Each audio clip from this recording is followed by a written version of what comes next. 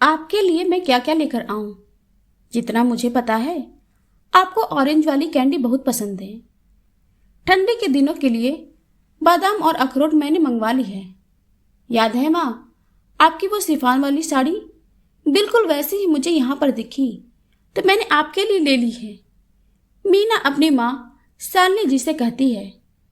शालिनी जी बोली, बेटा, अब इस उम्र में काजू बादाम खाकर कहाँ जाऊंगी? पहले की साड़ियाँ फटती नहीं, तुम हर साल मुझे साड़ी लाकर दे देती हो। ऐसा करो, अपनी भाभी सुमन और बच्चों के लिए कुछ ले आना। अब तो उनके ही खुश होने के दिन हैं। मीना बोली, माँ, आप कब से ऐसे हताश होने लगी? खुशियां क्या उम्र देखकर आती हैं? और किसने कहा कि जवान लोग ही काजू बादाम खाते हैं?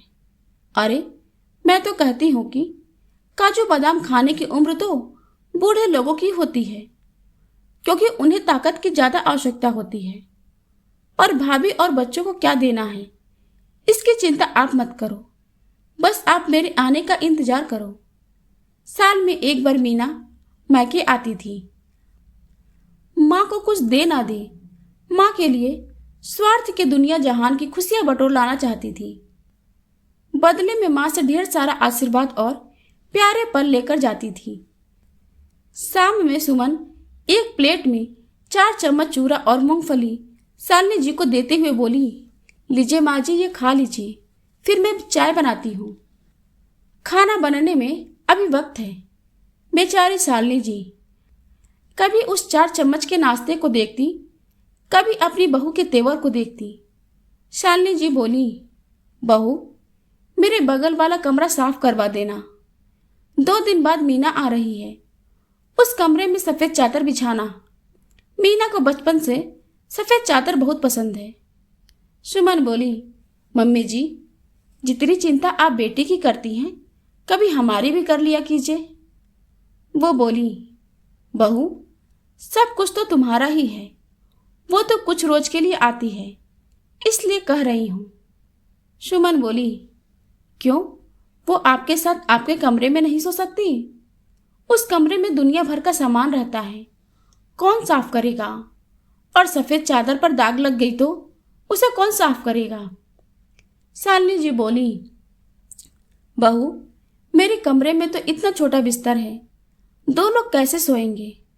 सुमन बोली, ठीक है ठीक है, अब मुंह मत बनाइए, वो कमरा मैं साफ करवा दूंगी।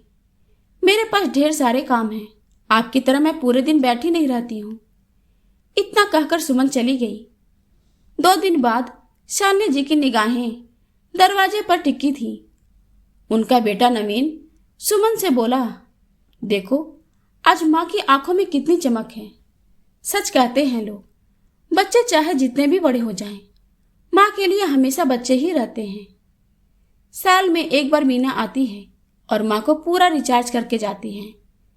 कभी सोचता हूं कि आखिर मीना ऐसा क्या करती है जो मैं नहीं कर पाता। सुमन मुंह बनाते हुए बोली, आपकी बहन आकर मेरी आपकी सबकी चुगली करती है, जिससे कि आपकी माँ को बहुत अच्छा लगता है। नवीन बोला, तुम्हारा दिमाग तो अलग ही काम करता है। तुम हमेशा बहू की तरह सोचती हो और व्यवहार करती हो, जिसके कारण माँ की नजरें हमेशा बेटी को ही ढूंढती हैं। करीब आधे घंटे बाद मीना मायके पहुंची। माँ बेटी दोनों की आंखें भर आईं।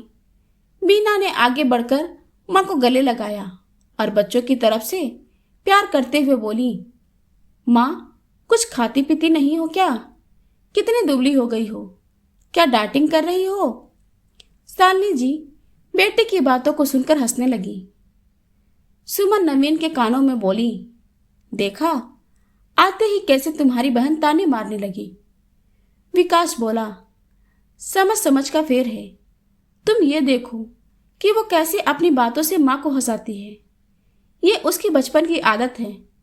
जब मेरी नानी की तबीयत खराब होती और वो जीवन से हताश हो जाती थी, तब मीना ऐसे ही बातों से नानी को हंसाया करती थी। तुम ये बात नहीं समझोगी। बच्चे आए, मीना के गले लग गए। उसने बच्चों को प्यार किया और उन्हें ढेर सारा उपहार दिया। थोड़ी देर बाद सबने मिलकर खाना खाया। शालिनी जी बोली, बेटा तुम थक गई होगी, थोड़ी देर आराम कर लो।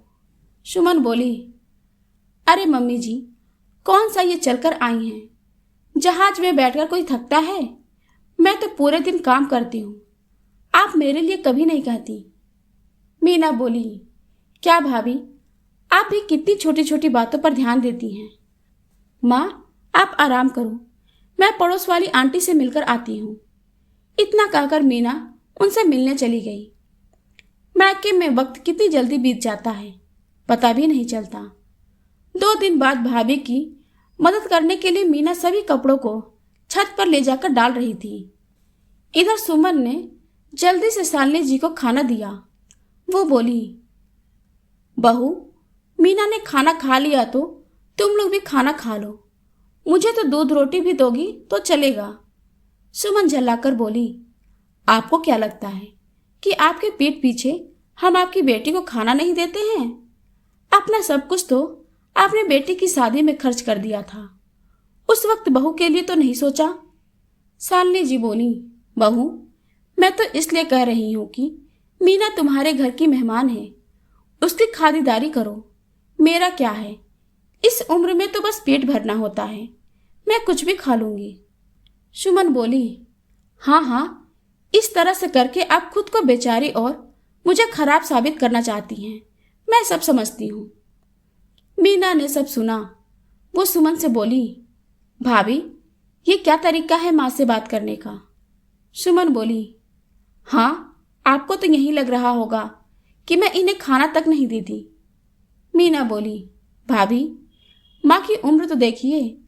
अरे उन्हें बस ये लग रहा है कि मैं 2-4 दिन के लिए आई हूं तो मुझे कोई तकलीफ ना हो, बस इतनी सी बात है।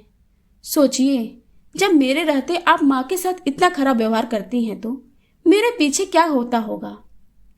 मीना की बातों से नाराज होकर सुमन वहां से चली गई। शालिनी जी बोली, बेटा, हर घर में छोटी मोटी बातें होती रहती हैं, जाओ अपनी भाभी को मना लो। 2 दिन के लिए आती हो, क्यों किसी से बैर लेती हो? मीना बोली, माँ, मेरी गलती होती तो मैं मनाने की जगह उनसे माफी भी मांग लूं, पर आपके प्रति जैसा उनका व्यवहार है, मुझे उनकी ही चिंता हो रही है। अपने स्वार्थ में रिश्तों का मान भूल जाती हैं। उनके बच्चे सब देख रहे हैं, कल उनके बच्चों से भी उन्हें वैसा ही व्यवहार मिलेगा तो उन्हें सोचना चाहिए। एक दिन तक सुमन मुंह फुलाए घूमती रही। दूसरे दिन मीना नवीन से बोली, भाई दूज आ रहा है तो अब इस बार पूरे घर के लिए उपहार मैं लाऊंगी। इतना कहकर मीना बाजार चली गई और उधर से ढेरों शॉपिंग करके आई। बच्चे इतने सारे उपहार देखकर खुश थे। मीना ने एक एक करके सबको उपहार दिया तो सुमन की नजरें इधर उधर अपना उपहार ढूंढ रही थी। सुमन बोली, मुझसे इतनी नाराजगी कि सबके लिए उपहार लाई, मेरे लिए नहीं? मीना मुस्कुराकर बोली, भाभी, आप हैं तभी मेरा मायका है, पर माँ से खराब व्यवहार करके और ननद से उपहार की उम्मीद करेंगी, ये कहाँ तक सही है? ये सुनकर सुमन फिर वहां से जाने लगी तो मीना ने उसका हाथ पकड़ के रोकी। भाभी, माँ की बातों पर इतना ध्यान मत दीजिए, पर जैसा व्यवहार आप कर रही हैं, आपके बच्चे भी देख रहे हैं। ऐसा ना हो कि उनके दिमाग में ये बात छप जाए और आगे चलकर वो ऐसा ही व्यवहार आपके साथ करें। मेरे कहने का अभिप्राय बस इतना ही था। सुमन को एहसास हुआ कि कहीं ना कहीं मीना सही कह रही है। तभी नवीन आया और बोला, सुमन, यही बात मैं तुम्हें बार बार कहता हूं, पर तुम समझती नहीं हो। मीना ने उपहारों का डब्बा सुमन को देते हुए कहा, भाभी, माँ के बाद भाभी से ही मायका होता है, तो कोई भी ननद बस उपहार के लिए रिश्ता नहीं बनाती, बस स्वार्थ से ऊपर उठकर इन रिश्तों को देखना चाहिए। तो मैं भी बस अपने मायके की यादों को जिंदा रखना चाहती हूँ। कुछ घंटे बाद सुमन शालिनी जी के पास गई और बोली, मम्मी जी, क्या करूं, घर की सारी जिम्मेदारी मेरी होती है तो कभी कभी मैं परेशान हो जाती हूँ। उसी झल्लाहट में आपसे कठोर शब्द बोल देती हूँ। मुझे अपने व्यवहार पर बहुत शर्मिंदगी हो रही है, मुझे माफ कर दीजिए। शालिनी जी बोली, बहू, क्या तुम्हें मीना ने कुछ कहा? उसकी तरफ से मैं माफी मांगती हूँ। तभी मीना आई और बोली, माँ, मेरे और भाभी के बीच कभी कोई झगड़ा नहीं होता, और मेरे बाद मेरे मायके की रौनक भाभी से ही तो है। अब क्या किया जाए, ये स्वार्थ ऐसा दीमक है जिसने रिश्तों को भी नहीं छोड़ा। इतना कहकर दोनों हंसने लगी। ये देखकर शालिनी जी को भी संतोष हुआ। 2 दिन बाद मीना अपने घर वापस चली गई। उपहारों के साथ अपनी भाभी को भविष्य का आईना भी दिखा गई, जिसे देखकर सुमन ने अपना व्यवहार बदलना ही सही समझा, क्योंकि जो आज हम बोते हैं वही तो आगे चलकर काटते हैं। दोस्तों, जब हम कटु वचन बोलते हैं तो क्या सोचते हैं कि आज न कल ऐसा ही व्यवहार जब हमारे साथ होगा तब हमें कैसा महसूस होगा। तो जब भी आप स्वार्थ में किसी के साथ गलत व्यवहार करें तो खुद को आईने में एक बार जरूर देखें, आपको अपना भविष्य दिखेगा। ये कहानी आपको कैसी लगी कमेंट करके जरूर बताएं।